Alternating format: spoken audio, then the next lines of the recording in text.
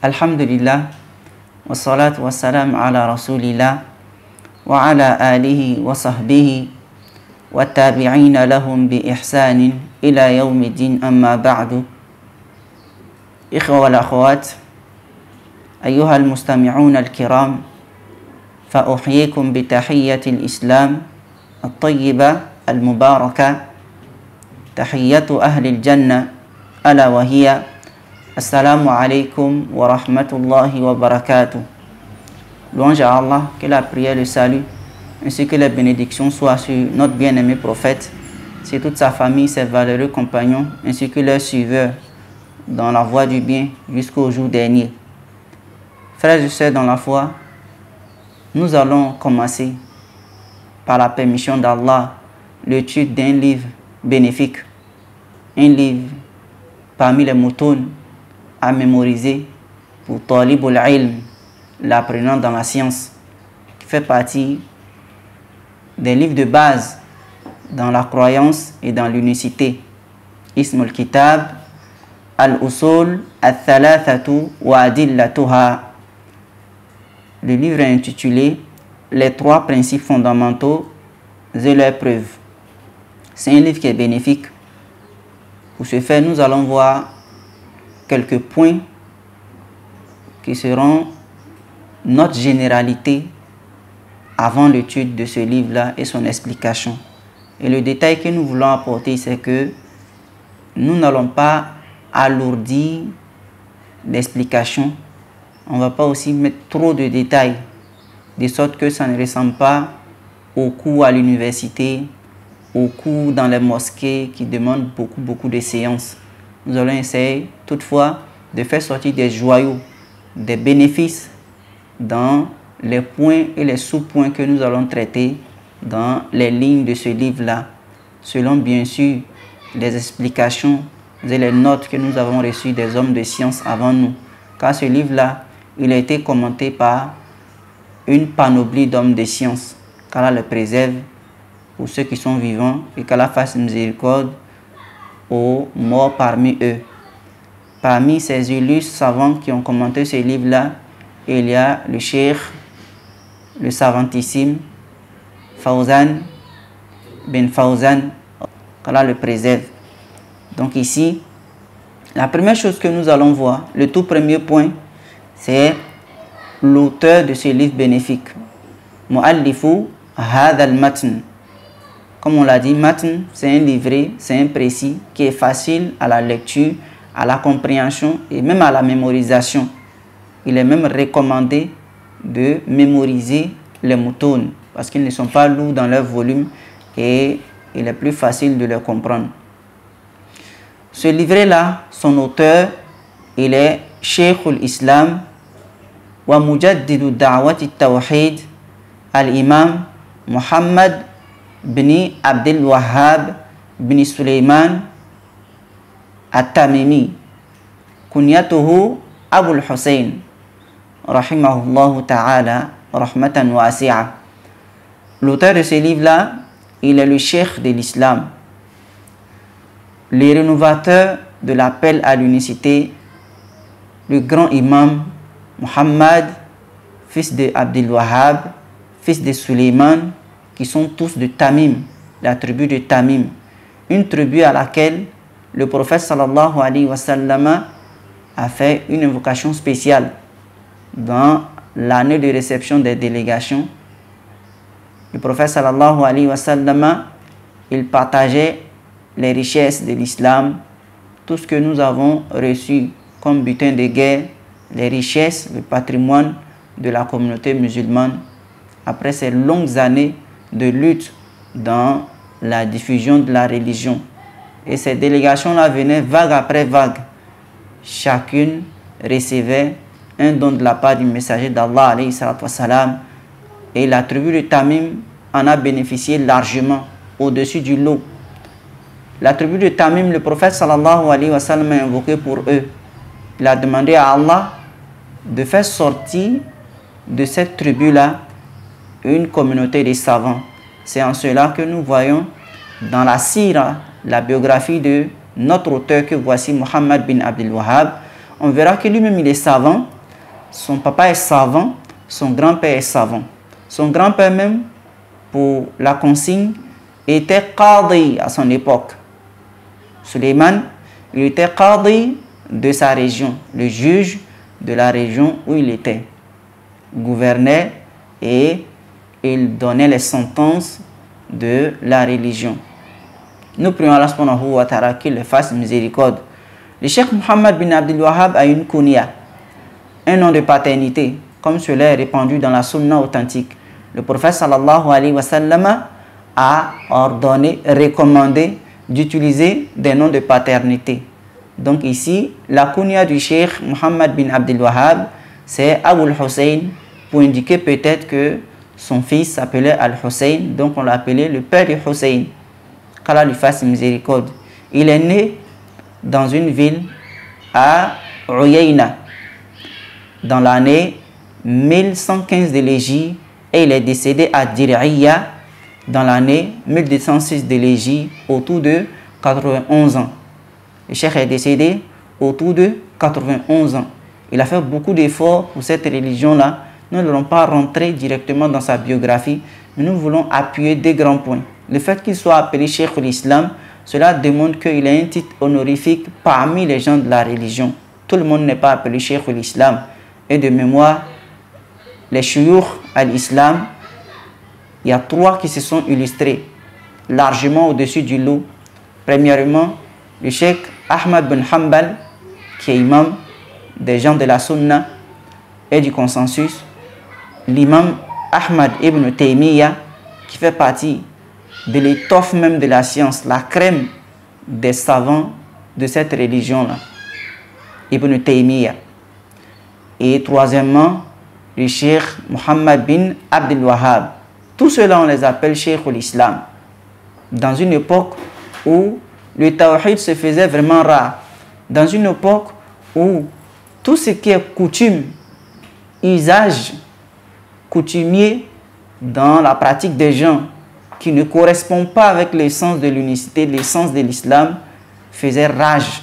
Ce monsieur-là, cet illustre savant-là est venu pour faire revivre le tawhid, la da'wa, la prédication de l'unicité du messager d'Allah alayhi salam, et il a fait vraiment montre de persévérance dans ce sentier-là, jusqu'à ce que il y ait pour lui cette distinction-là de Mujaddidu Da'wati Tawhid, qui veut dire les rénovateurs de l'appel à l'unicité d'Allah subhanahu wa ta'ala. Qu'Allah lui fasse miséricorde, qu'Allah lui accorde les pleines récompenses de ses efforts fournis. Le deuxième point que nous abordons ici, c'est concernant le domaine d'étude de ce livre-là. Ce livre-là étudie un domaine particulier qui est connu. Il s'agit de Al-Aqida wa Tawhid. Al-Aqida wa Tawhid, c'est le fondement même de la religion qu'on appelle Usuluddin, le fondement de l'islam. Et c'est ce qu'on appelle également l'essence de l'islam. Asluddin, si tu veux, Al-Fiqhul Akbar, tel que cela a été rédigé par l'imam Abu Hanifa, rahimahullah. Il a écrit un livre qu'il a appelé Al-Fiqhul Akbar, pour montrer le credo même du musulman. Ce sur quoi est basée sa foi, sa religion, le lien qui le rattache à Allah subhanahu wa ta'ala. Ça, on a appelé ça Al-Fiqhul Akbar. La religion tout entière est axée sur ce grand point-là qui est la croyance et l'unicité d'Allah subhanahu wa ta'ala. Donc on va dire le domaine de prédilection, le domaine d'étude de ce livret-là, Al-Usul Salasa, les 3 principes fondamentaux, c'est le domaine de la croyance et de l'unicité. Nous prions Allah subhanahu wa ta'ala qu'il fasse que nous soyons de véritables croyants. Troisième point, Limada nadrusu tawhid. Pourquoi étudions-nous l'unicité? Puisque le sujet principal de cette œuvre-là, c'est l'unicité. Alors pourquoi étudions-nous l'unicité? Cela se verra en 8 grands points. Le premier point, li'anna Allah khalaqana min ajlih. Parce que Allah subhanahu wa ta'ala nous a créés à cause du tawhid. Le but de notre création, c'est pour qu'on puisse unifier Allah subhanahu wa ta'ala, tel que cela est relaté dans plusieurs versets du noble Coran. Le verset le plus illustrant, c'est le verset de la sourate Al-Dhariyat. Allah subhanahu wa ta'ala nous dira وَمَا خَلَقْتُ الْجِنَّ وَالْإِنسَ إِلَّا لِيَعْبُدُونَ. Et les exégètes ajouteront إِلَّا لِيُوَحِدُونَ. Je n'ai créé les djinns et les hommes rien que pour qu'ils m'adorent, rien que pour qu'ils m'unifient. Deuxièmement, لا يقبل الله أي عمل إلا به أي إلا بالتوحيد. Parce qu'Allah n'accepte aucune œuvre d'adoration sans le tawhid. On sait que parmi les causes, les conditions d'acceptation des bonnes œuvres en islam, il y a le fait que l'individu soit sincère. Et cette sincérité-là découle en réalité de son tawhid. Vouer le culte à Allah subhanahu wa ta'ala tout seul, sans rien lui associer. Et cela est vu dans le verset de la sourate Al-Bayyina. Allah le dit وَمَا أُمِرُوا إِلَّا لِيَعْبُدُوا اللَّهَ مُخْلِصِينَ لَهُ الدِّينَ. مُخْلِصِينَ لَهُ الدِّينَ. On lui voit un culte exclusif. حُنَفَاءً. Ils sont droits sur le monothéisme et ils sont déclinés du polythéisme. Troisièmement, la yadkhulul jannata illa muwahhidun. N'entrera au paradis que le monothéiste. Le monothéiste, celui qui est un monothéiste, un adepte du tawhid, c'est celui-là qui aura la faveur d'Allah subhanahu wa ta'ala, qui est la plus immense des faveurs, dukhulul jannah, l'accès au paradis. C'est la récompense suprême qu'Allah puisse t'accorder après l'accomplissement des œuvres ici-bas, après l'adoration d'Allah subhanahu wa ta'ala. Et cela est conditionné à quoi? Au fait que tu sois un monothéiste. La yadkhulul jannata illa muwahhidun. N'entrera au paradis qu'un monothéiste. Nous prions Allah subhanahu wa ta'ala qu'il fasse de nous des monothéistes. Donc le monothéiste est le gagnant. Quatrièmement, sababun li takthiril hasanat. Car le tawhid est une cause de multiplication des bonnes œuvres. Par le tawhid, les œuvres se multiplient de manière exponentielle. Celui qui est muwahhid, adepte du tawhid, même si ses œuvres sont moindres, le tawhid fera augmenter la valeur de tout ce qu'il fera comme action, comme adoration. Donc dans ce quatrième point-là, on dit que le tawhid est la cause de multiplication des bonnes œuvres. Celui qui fait le tawhid, ses œuvres sont énormes aux yeux d'Allah subhanahu wa ta'ala, même si devant les gens c'est petit. Cinquièmement, sababun li takfiri sayyi'at. C'est logique, car le tawhid est une cause d'expiation des mauvaises œuvres. Par le tawhid, Allah efface les péchés.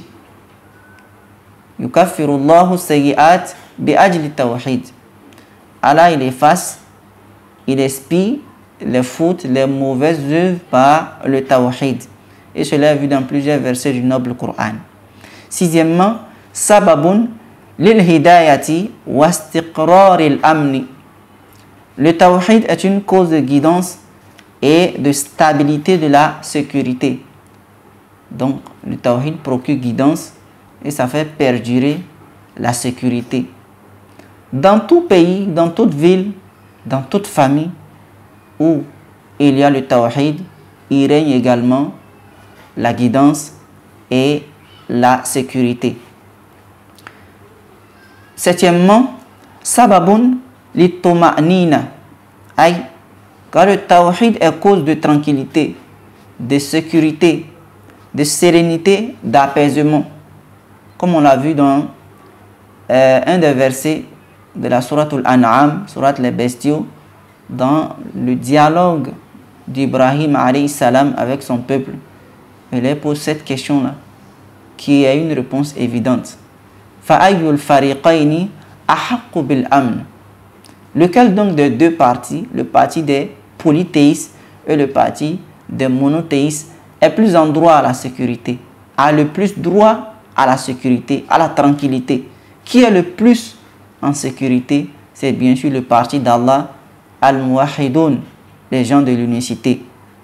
Huitièmement, sababun li shafa'ati nabi sallallahu alayhi wa sallam. Car le tawhid est cause favorisant l'intercession du prophète sallallahu alayhi wa sallam au jour dernier. On sait que parmi les étapes du jour dernier, il y a la vague, la série des intercessions.